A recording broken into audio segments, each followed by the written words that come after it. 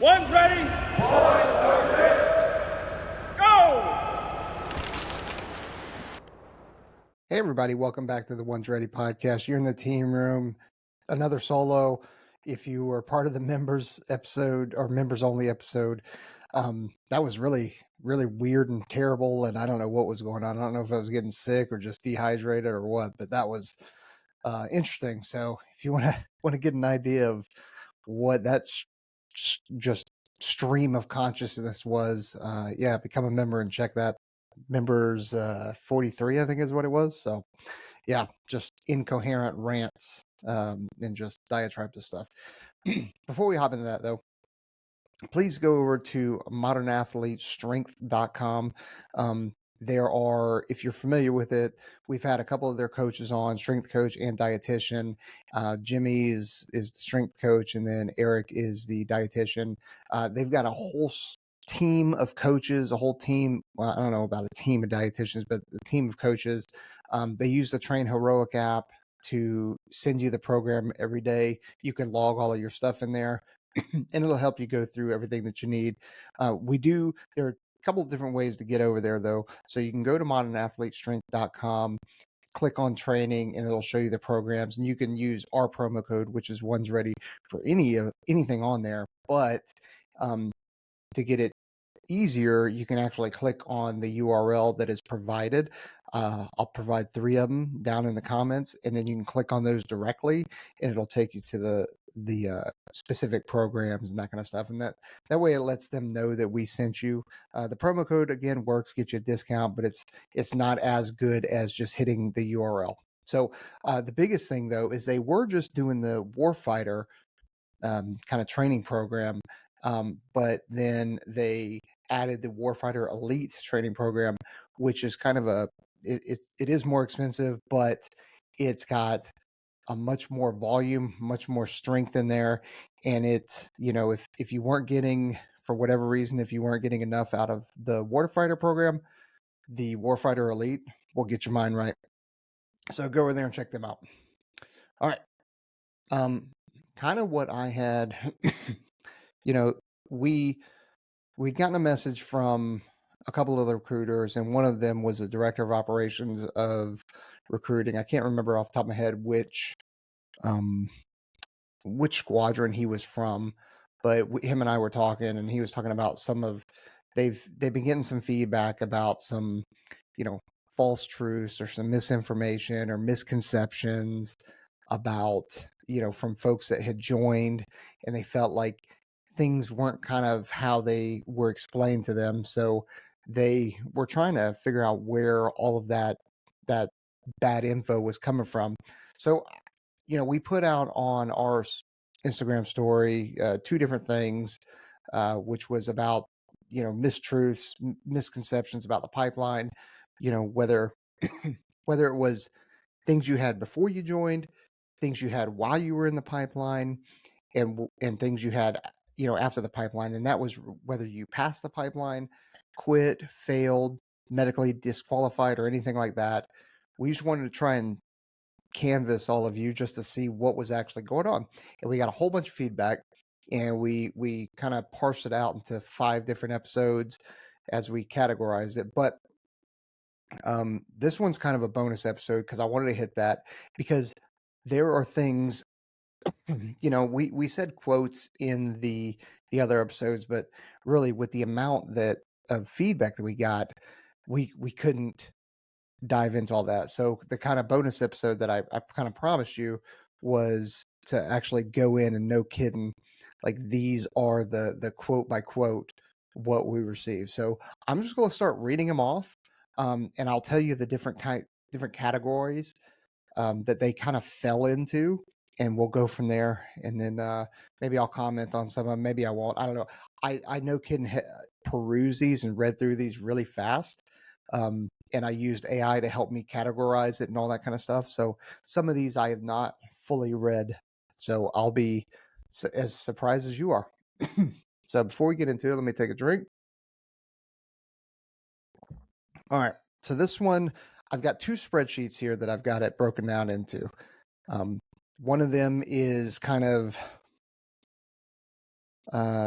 because I had posted 2 questions to you. One was kind of what misconceptions and feedback did you have about the pipeline? And then this one was kind of, hey, a follow up to the pipeline. Like, what did you learn from it? What did you get out of it? That kind of stuff. So I've got them in 2 different spreadsheets. So I'll just start reading. These first 2 are from somebody that had before the pipeline, like was kind of where they judged it, and it was about physical expectations and mental preparation misconceptions. So just how much being on my feet all day affects the body. All right, I gotta say it. Time on feet. You hear it all the time. In fact, I saw somebody in the comments, I think it was yesterday, talking about how they had never heard anybody talk about that, but they just ran their first ultra marathon and couldn't believe like how taxing that is. So, you think you walk around all day, you think you stand all day. And we did an episode on, hey, there are some good jobs to keep you physically kind of fit, physically active, and on your feet to help you out before you join. Another person said, if you aren't old enough, or you happen to have a sedentary job, like get a standing desk. Even if you're a gamer, get a standing desk. Like that's what I did with my son. I got he likes to game, be on the computer and that kind of stuff. I got him a standing desk, and now he stands when he's playing games. Like right now I'm standing. I think Aaron stands when he's recording as well. I think Trent sits, but he's up moving around and standing all day at his current job. So, just something to think about. So, yeah, quote, just how much being on my feet affects the body, end quote. Another one, and this is before the pipeline, quote, told we would be put into a system to prepare for prep depending on the career field. Okay. I don't know. Like I said, some of these are really short because the Instagram questions thing won't allow a massive answer, but I do have some lengthy ones that people DM'd us. So another one, this is for people that were in the pipeline: mobility and recovery, in all caps. Your body can't just take the beating forever. 100%. And that's why, you got to make sure that whether you're 18 in or you're 35 going in, you've got to do mobility and you've got to work on your recovery, and it is important. I thought that my wins were on my own and I shouldn't be concerned about others. So that one, kind of a teamwork theme there. Yeah, it's a weird kind of thing, because in some aspects of the pipeline, depending on what you're going through, it is about you, and you are being evaluated. You're always being evaluated, whether it's a team event or a solo event. But there are events that it is solo and it is strictly on you to perform. But most of it is about teamwork. And if you think you're going to be able to make it through on your own, and it is unlikely, the odds are against you if you think you'll be able to do it alone. Misunderstandings. I thought I didn't have to watch. Man, I'm going to get through it. I'm going to get through this cough. Okay.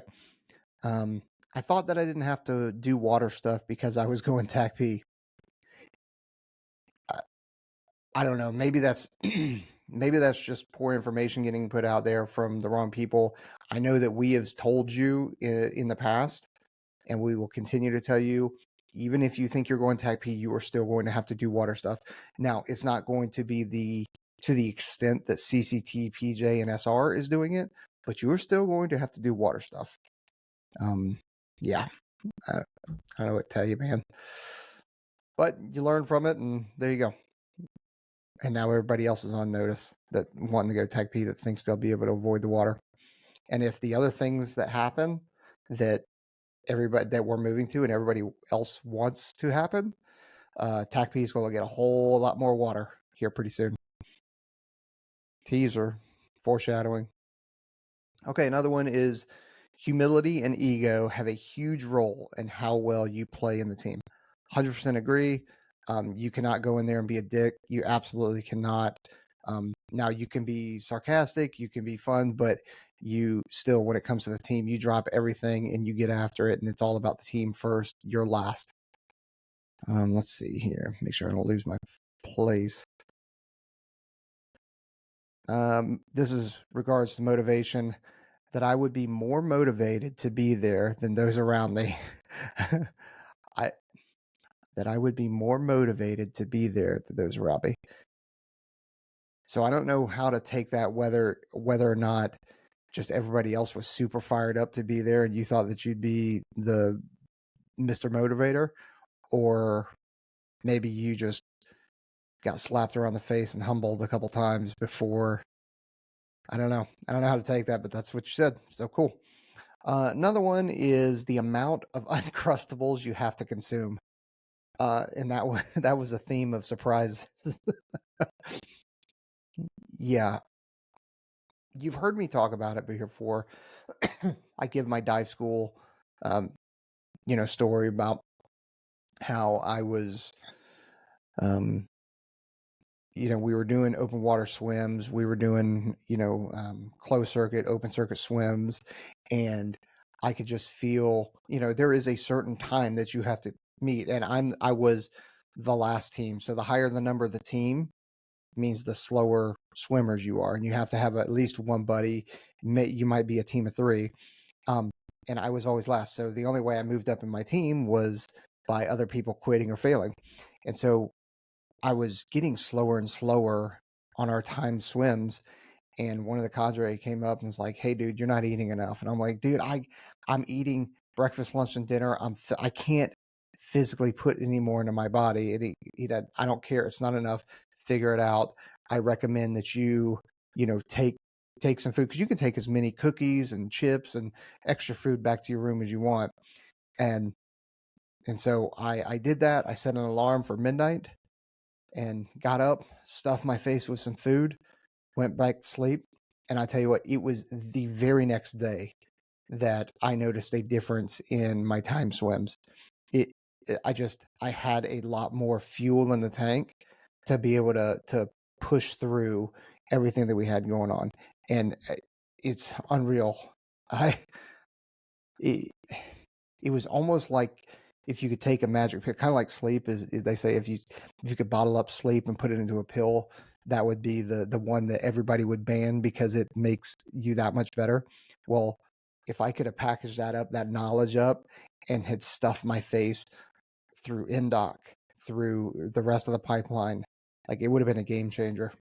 Worry about the 6-pack abs later, just fuel, fuel, fuel. So those Uncrustables, and the fact that, uh, at Lackland, you can just, not in basic training, but, when you're in the pipeline, you can pretty much just eat. And you should be eating, because one of my first chiefs told me, and he was in Mogadishu, he said, "Hey, man, you never know when you're going to get to sleep next. You never know when you're going to get to drink next. And you never know when you're going to be able to eat next. So whenever you get the chance, take it." There you go. All right, next one. BMT didn't prepare me for the pipeline at all.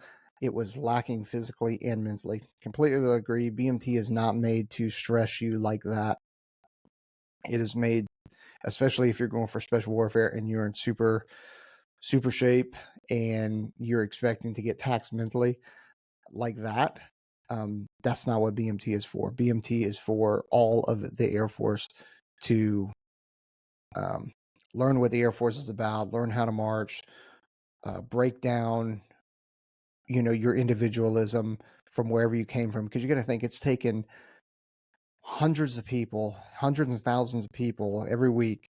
No, it's hundreds of people every week, from all different backgrounds, getting together, forcing them to work as a team, breaking down their individualism, training them to understand, ranks, paying attention to detail, and getting them in process into the Air Force and that kind of stuff. Like, that's all it is. The pipeline itself is where we really test you physically and mentally. So I'm not surprised that you said that BMT didn't prepare me for the pipeline at all.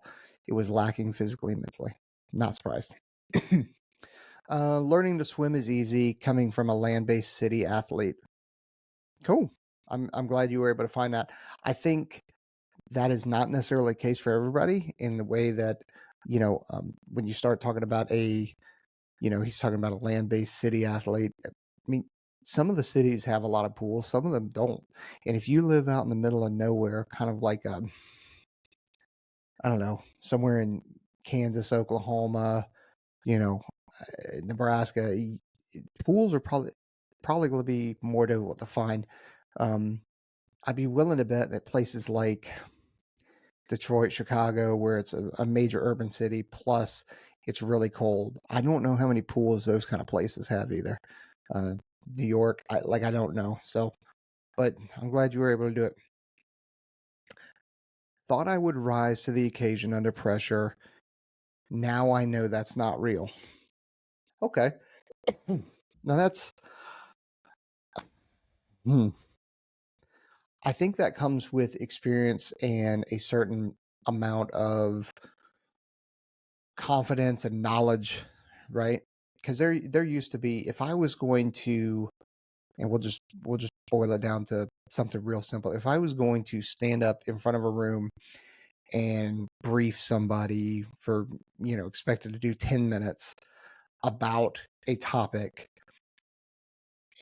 in the beginning, I would have prepared for 2 days before that, probably, but now I can kind of coherently go into it with very little prep and kind of rise to the occasion and shape the conversation the way that I wanted to go. And you would go, well, hey, shit, dude, how come you don't do that here? Well, that's because I'm talking to myself and I'm all over the place and I got a bunch of stuff going on through my head and I see text messages pop up and I get phone calls and it sidetracks me.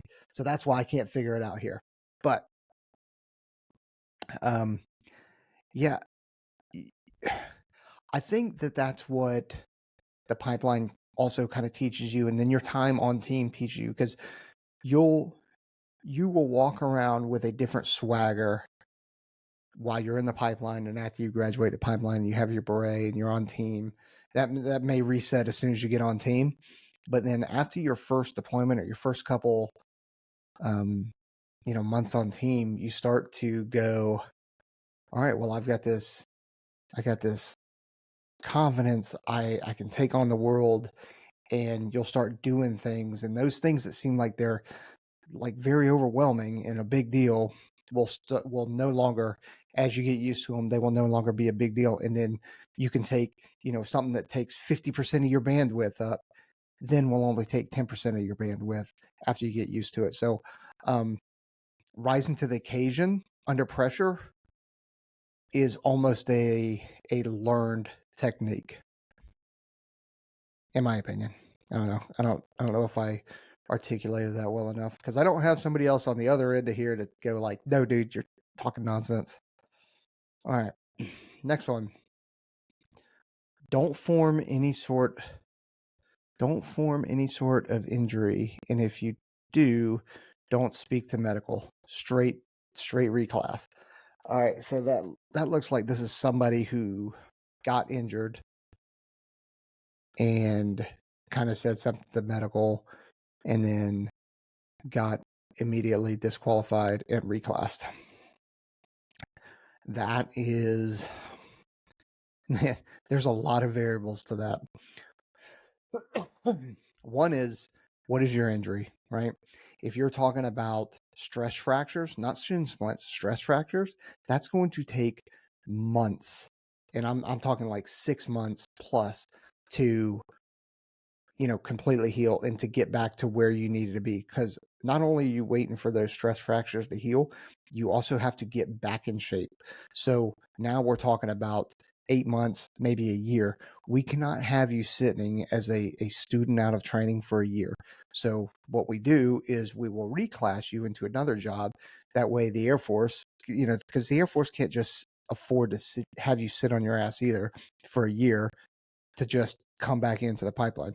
So they get you a new job, and then you can reapply and retrain, cross train after that.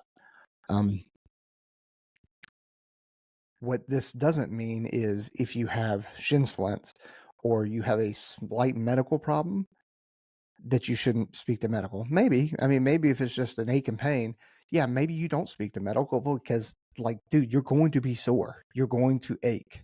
But I think speaking to medical about something that is a legitimate thing is not an automatic reclass, because if we can get you sorted in 2 or 3 weeks, it gets you right back in, then that's not an issue. Maybe it's just oh, you need to take some antibiotics because you got a staph infection or something like that, and you caught it early enough.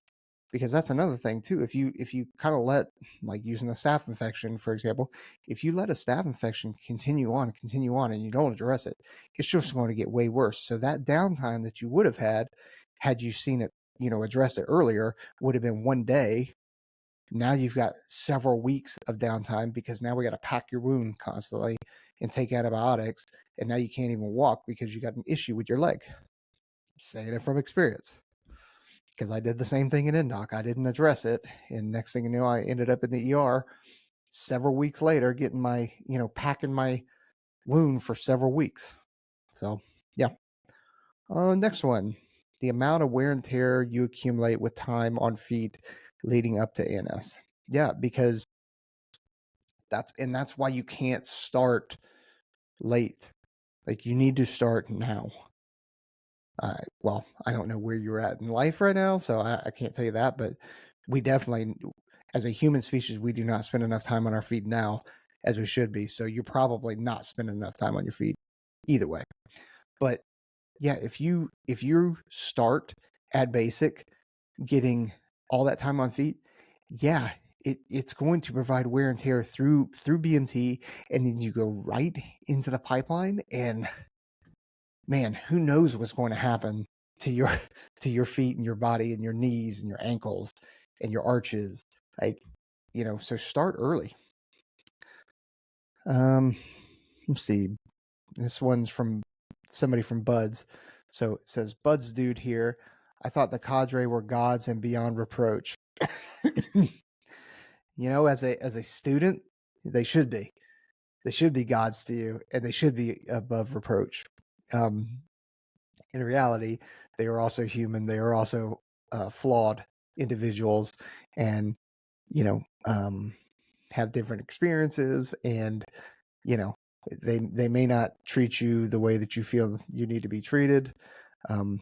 But you also have to learn and know the time and place to call people out. And when a hoo-yah can mean a couple different things.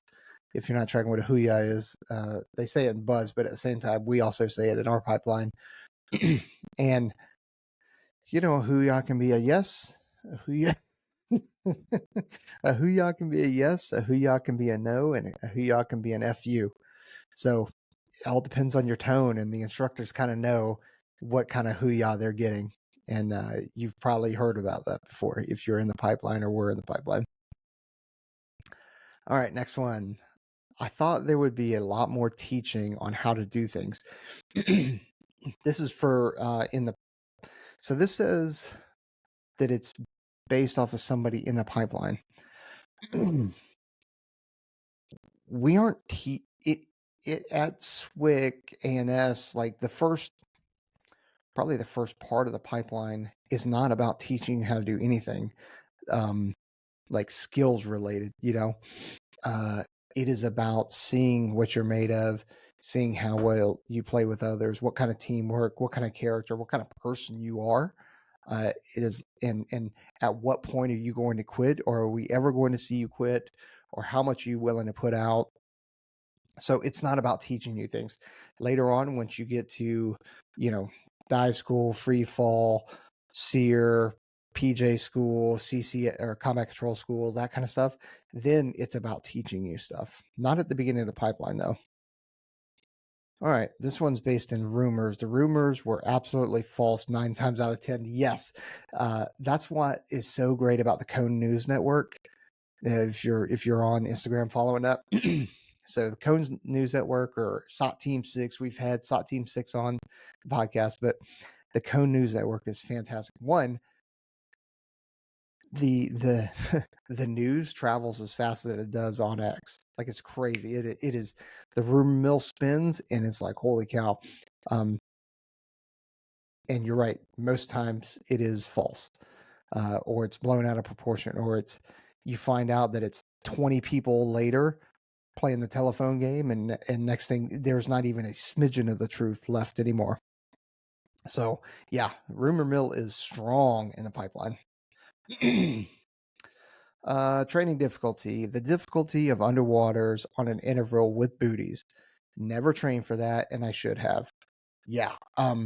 It's one thing when you are wearing a Speedo or UDT shorts or running shorts, or even those swim kind of shorts that are like skin tight. I mean, even between those, four things that I mentioned, there's a lot of drag and less drag in a lot of those.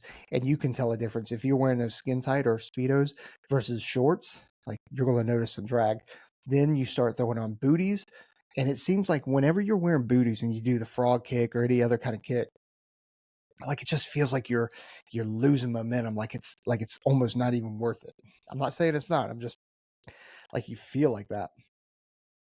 Then you start putting on a uniform and that kind of stuff, and it gets crazy drag, and it sucks. And yeah, if you have booties, you should definitely be training with it. And if not, you can go over to ONESREADY.com, scroll down, and Attack Elite sells booties on our site, and you can grab some. So definitely do that if you need to grab some. Let's see.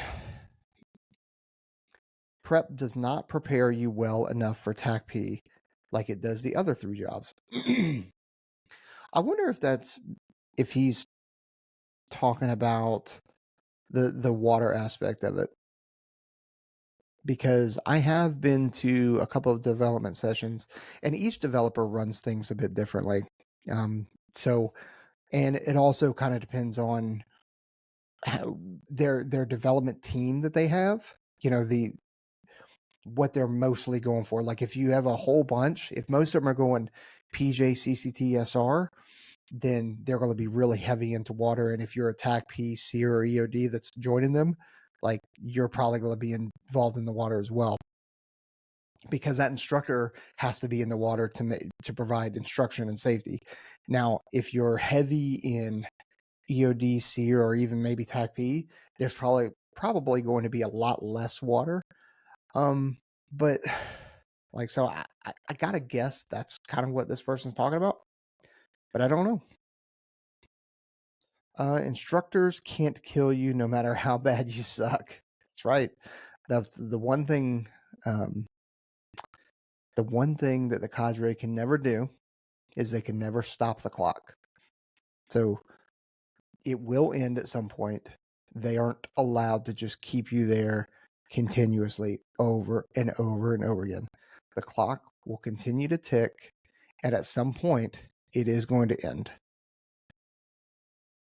It's not hard. It just sucks for a long time. I agree. There's something, and I think somebody talks about it in here because I remember reading it, but you do underestimate how much it drains from you, from your soul, from your motivation, your mental state, and your physical state, when you are constantly cold, wet, hungry, sleep deprived. Like, and you're doing it day in, day out, every single day through the night. Like, it drains you. And the tasks that you're doing, yeah, they may not be hard, but it sucks, and it sucks for a long time. All right, next.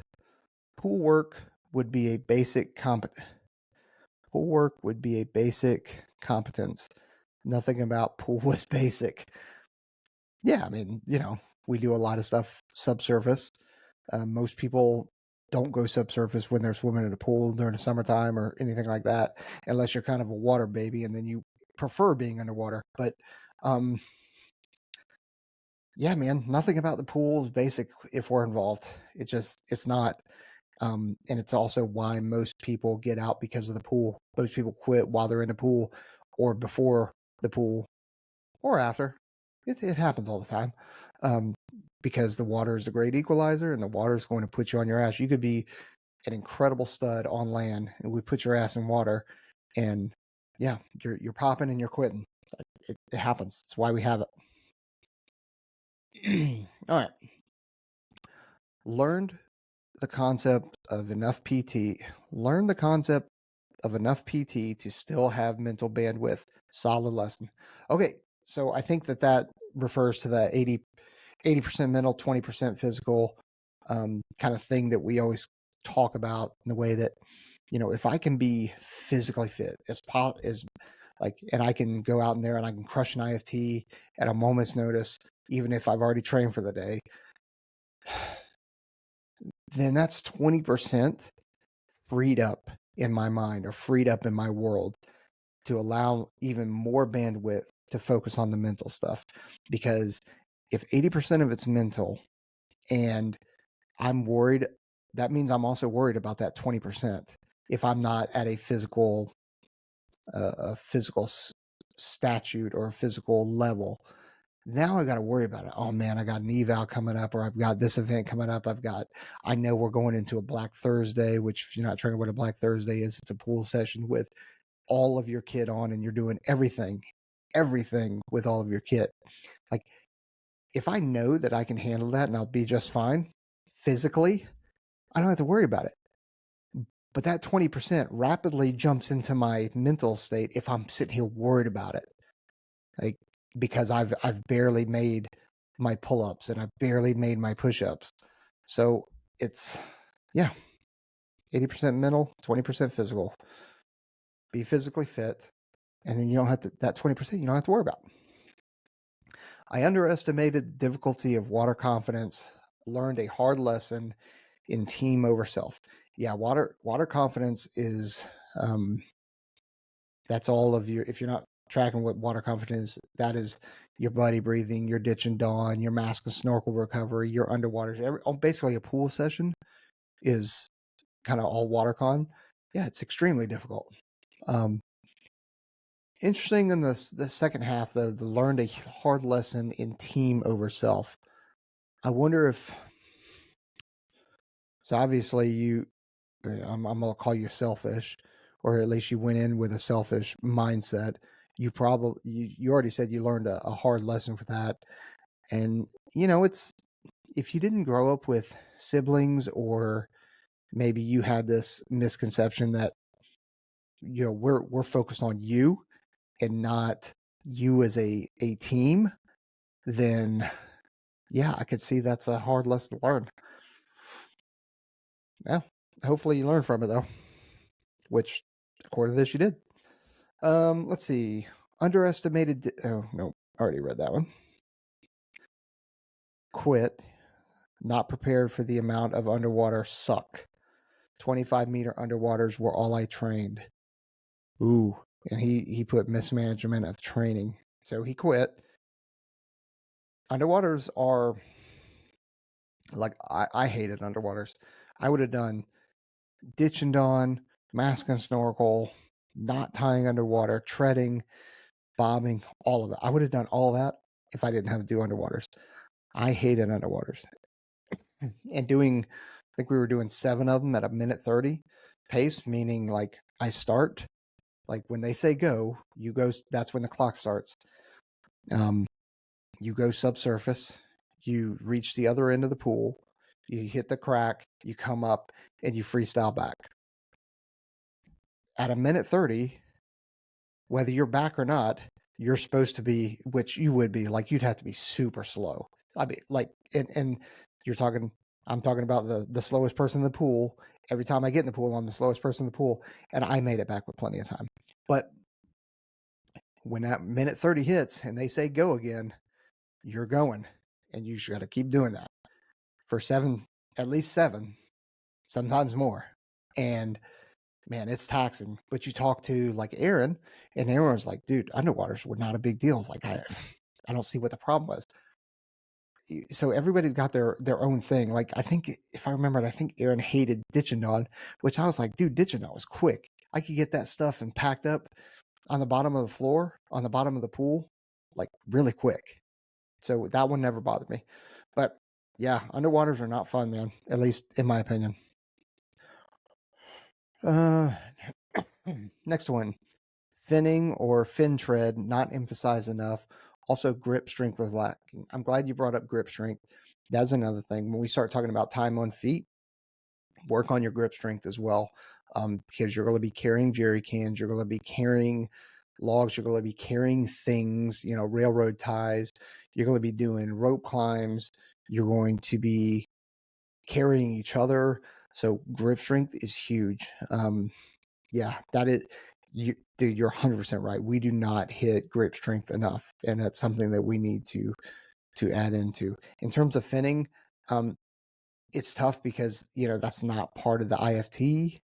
So, and we can't provide fins for everybody that out there. And by fins, we're not talking about some Mare MARE fins or anything like that. The big ones that you see on with free divers and stuff like that. We're talking about rocket fins. And rocket fins are these very rigid, not plastic, but very rigid rubber.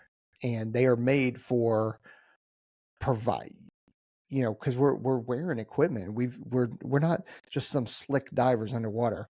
We're wearing equipment. That's what these are for. These are made for power, and which means that when you don't have all that equipment on, they're very rigid, and it can tax your tax your feet, the tops of your feet, the bottoms of your feet, and your ankles and your hips. So all those together, if you haven't done it, or you want to, if you haven't done it, you're going to feel it when you get there. If you have the time now and you have the spare change, again, you can head over to our website. You can see the rocket fins on our site. You're going to want to get some booties with them too, though, because you don't go in there with just bare feet. You're either going to wear booties, or you can go out and find some Chuck Tees work very well as well, but you're not going to be able to use the Chuck Tees in the pipeline. But you're going to want to wear booties, put them in there. Like I said, we have them all on our site. If you haven't, and you do have time, if you haven't tried it and you do have time, pick some of those up, because man, finning was one of the things that when I put my feet in there, you can just feel it, and you're like, oh man, this is going to hurt really bad. So yeah, I agree. It is not emphasized enough. Rucking, not to ruck, currently in the pipeline for the second time. Not to ruck. I don't know what that means. I don't know if he means that he didn't ruck beforehand, which is not something that we say. We just say, don't crush yourself rucking. And then, hold on, I got to take this. Okay, sorry about that. I had to take that phone call. I could see who it was calling, and I needed to take it because I'm waiting for another phone call, actually, from the Medal of Honor Museum president, because he had shot me a message. So I'm waiting for him to call me back and hopefully provide updates to you on that phone call. Anyway, we're getting kind of long right now, so what I'll do is I'll finish out this current list, and then I'll do another episode, another bonus episode with all the other categories. So talking about the ruck, yeah, like I said, I don't know what he means here by not to ruck. He's currently in the pipeline for the second time. I don't know, like, for preparation, we say go ahead and ruck, but you only really need to ruck about 2 or 3 times a month. And it doesn't have to be any more than 45 pounds. And it doesn't have to be crushing yourself at a crushing pace or a crushing distance, because all you're really learning is, putting your body under that kind of weight, because you're going to feel it in your shoulders, you're going to feel it in your neck, and you're going to feel it in your lower back, probably some of your hips too, depending on how heavy you go, how long you go, and how what your physical kind of stature is. So I don't know if he meant that he didn't ruck at all, or like, I don't know. Anyway, since I can't ask him, we'll move on. The importance of weighted fin treads was downplayed, missed by many developers. Okay. Missed by many developers. I wonder how much the developer, and like I said, each developer is different. They have their own programming and that kind of stuff. But I wonder how much you're actually doing fin treading. And if so, what kind of weight you're doing. Because I'll tell you right now, me and a bunch of PJ chiefs and combat rescue officers went out because there was a lot of rumor mill, right? We talked about that earlier, that was going on. So the special warfare training wing, training group, and training squadron invited the community out to come and visit. And we went to one of the pool sessions for a little bit.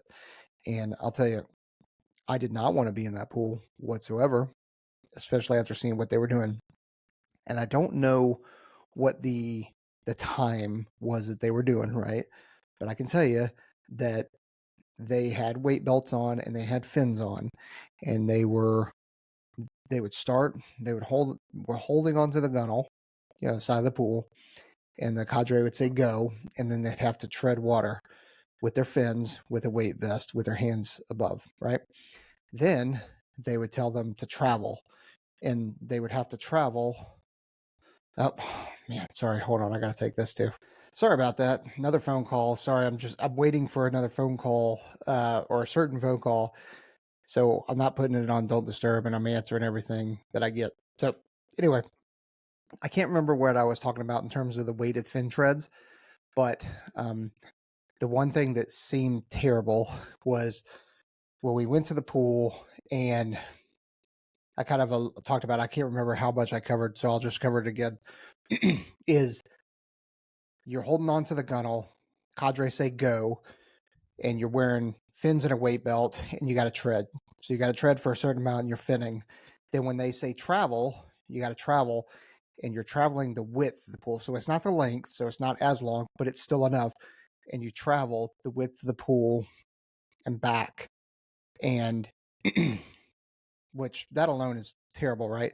But I don't know what the frequency was, but if you made it back quick enough, you could put your hand on the gunnel and you could rest. But if you didn't make it back quick enough, then you would just have to go straight into treading. And dudes were dropping out like crazy. I mean, just sinking down to the bottom because they couldn't handle it anymore. So that kind of stuff is terrible. And I would agree with you when I don't necessarily know that it's intentionally downplayed. It's just probably something that we don't talk about that much. And again, not every developer has weight belts, fins, that kind of stuff to give to everybody. Next one is overtraining. How much overtraining? Oh, quote, how much overtraining it would be. Everyone's cows went down, not up. Completely agree. This is why you don't necessarily want to peak as you're going into the pipeline. You still want to be kind of going on an upward trajectory. And it's also why, and I know that we talk about, hey, you don't need to weight train necessarily, or you don't need to, you need to do all your cows, your pull-ups, push-ups, sit-ups, flutter kicks, and all that kind of stuff. And we were like, hey, focus less on weight training. That is true, because that is the test that you're prepping for, right? But if you are a skinnier dude and you just don't have much foundational muscle mass, then yes, you need to add in some weights in there, because for this very reason, because you are overtraining, you don't have the recovery that you need, you're probably not getting the nutrients and the fuel that you need, and you're just getting beat down every single day over and over and over again, right? So having some kind of foundational muscle to fall back on is important, in my opinion, right? So I'm not a strength coach, I'm not I like definitely don't take advice from me in terms of that, but I'm just speaking from my own experience. I saw skinnier guys struggle as we went on, because their calisthenics would go down and not up, whereas a little bit dudes that had a little bit more foundational muscle, they didn't go down as much because they were able to kind of fall back on that, on their body being able to recover. So next one, how hard, they didn't know how hard it would be to stay healthy. Like, yeah, it's tough when you are going back to the one that I just read, when you are overtraining like that, you're not getting the sleep, food, recovery that you need. Like you are going to be more prone to injuries. You're also going to be more prone to any kind of sickness or virus or something like that, because you're beating down your immune system every single day as well. So your whole body is going into kind of a shock, and it's just trying to survive, which means you're going to be more susceptible to injury and sickness. Eating and training. I had no idea the hardest excuse me, I had no idea the hardest part would be eating enough while having to exercise right after. Yeah. So I talked about the scuba school with waking up in the middle of the night to eat, and there's only so much I could physically eat for breakfast, lunch, and dinner. The funny thing about like talking about exercising is, you eat breakfast, then you start exercising. You eat lunch, then you're going to a pool session, or vice versa. You don't know what it's going to, how it's going to flow, but you'd always, for us, we were always doing pool sessions every day right after lunch. So you'd see guys not eat as much lunch for because of the pool, just to not be as full floating around the pool. And I get that, and I also did the same thing. And I think you just need to figure out what works for you. All it takes is for you to stuff yourself one day and you're going like, all right, well, this is actually fine, I'm okay. Or you're on the other side of that coin, and you stuff yourself, and then you end up blowing chunks, and then okay, don't eat as much then. But the one thing that you probably shouldn't do, unless you're supplementing it in other ways, is skip a meal. You're not going to be able to intake enough to fuel yourself for all that time and all those exercises. All right, next one. I had no idea how many 10-ups would be done and at what frequency. Dude, 10-ups are terrible. 10-ups, if you're not tracking, or you have two groups of dudes on the width. So the width of the pool, two groups of dudes on each side. And then basically you're doing push-ups on the side of the pool. And then when they say enter the water, you're entering the water and you're going subsurface. Now you're deconflicting which side goes high, which side goes low. And then, you're, depending on how the pyramid goes, you start with one push up, and then you're getting in the water, subsurface, you get out on the next side of the pool. Once you cross, you get up on that side of the pool, push up position, knock out 2, subsurface, next side 3, so on. I don't know, the pyramid or the countdown changes every time. So I mean, you may start at 10, go all the way down to 1. That kind of sucks because you're getting less break on the top side than you were if you started at 1 and went up to 10. So it all depends. Yeah, they're not fun though. I hate those things. Ooh, let's see. Principles.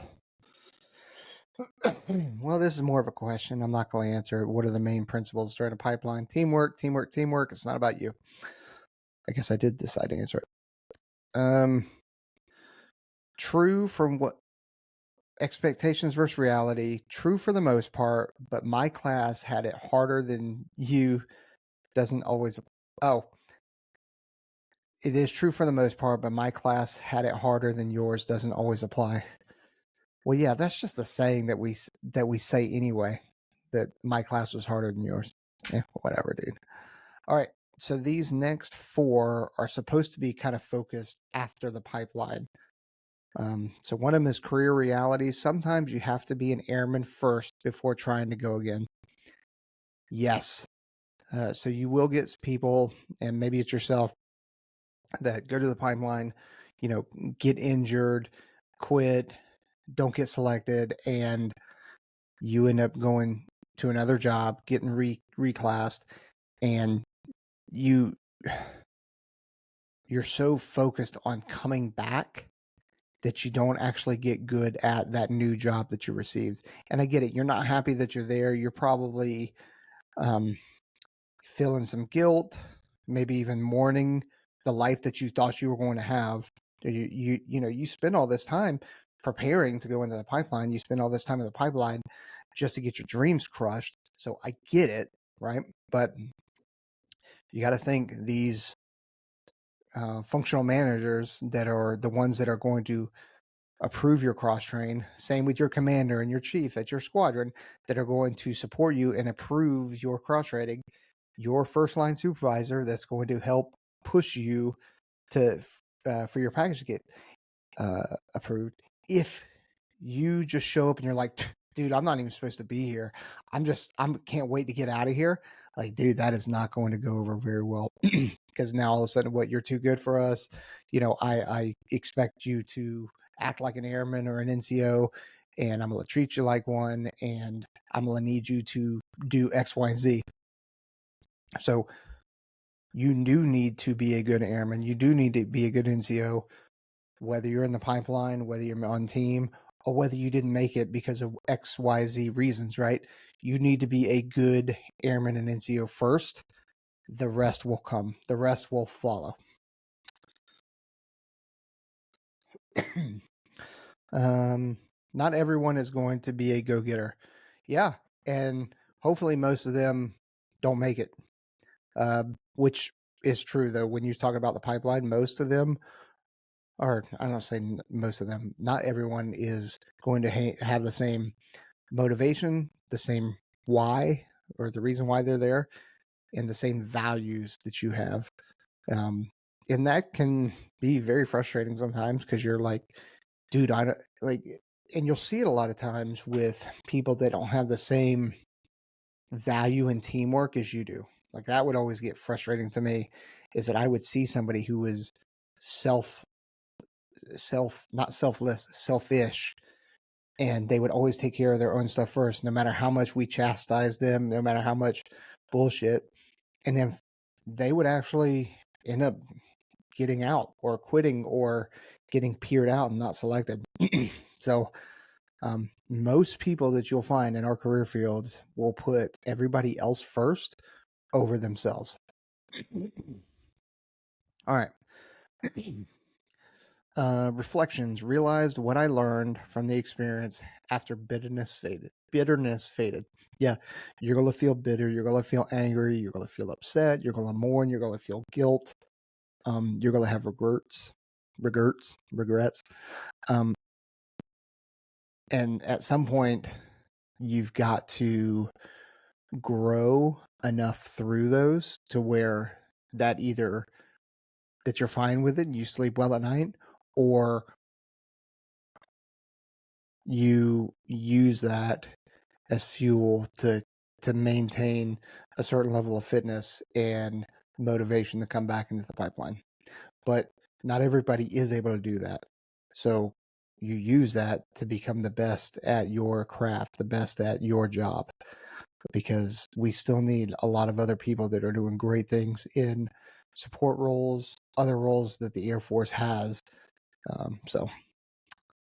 Next is, this is the last one in terms of pipeline misconceptions. But I was medically disqualified after an accident. Biggest one is that I thought I was owed a spot. Yeah, we don't owe you anything, man. You joined us, we didn't join you. So it's maybe a bit of tough love there, but if it were easy, everybody'd do it. And it's not easy, so not everybody can do it. And it sucks about the medical disqualifications. Like, I hate it when I hear people get medically disqualified because you have somebody who wants to serve, wants to do something hard, and the medical standards that we have, at least right now, won't allow them to do that. So that sucks, and I hate that, because I'm sure we lose a lot of really good people. We lose, the next John Chapman, the next Rob Gutierrez, the next Sean Harvell, the next Ish Viegas. We lose people like that. and through medical stuff. And so it sucks, but you definitely are not owed a spot. So I know that was a long list, and I know that it's broken up, into weird sections here.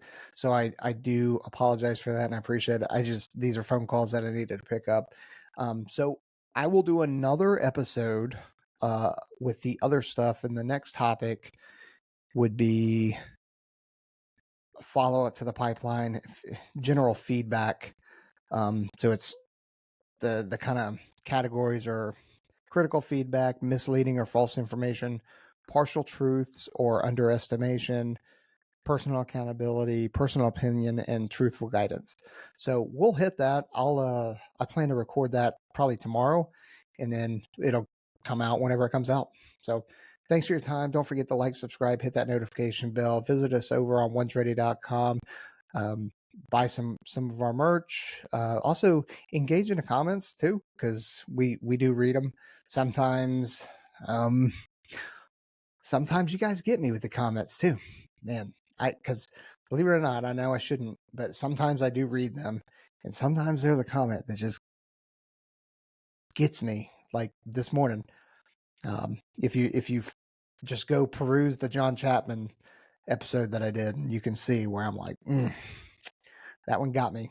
And it was early in the morning, and what I should have done was, written it and deleted it, or written it and then gone out for a run and then came back. But fuck it, I did full send, and that's the way it went. So we'll see. We'll see if that person responds. Anyway, appreciate you joining us. We're out here. Later.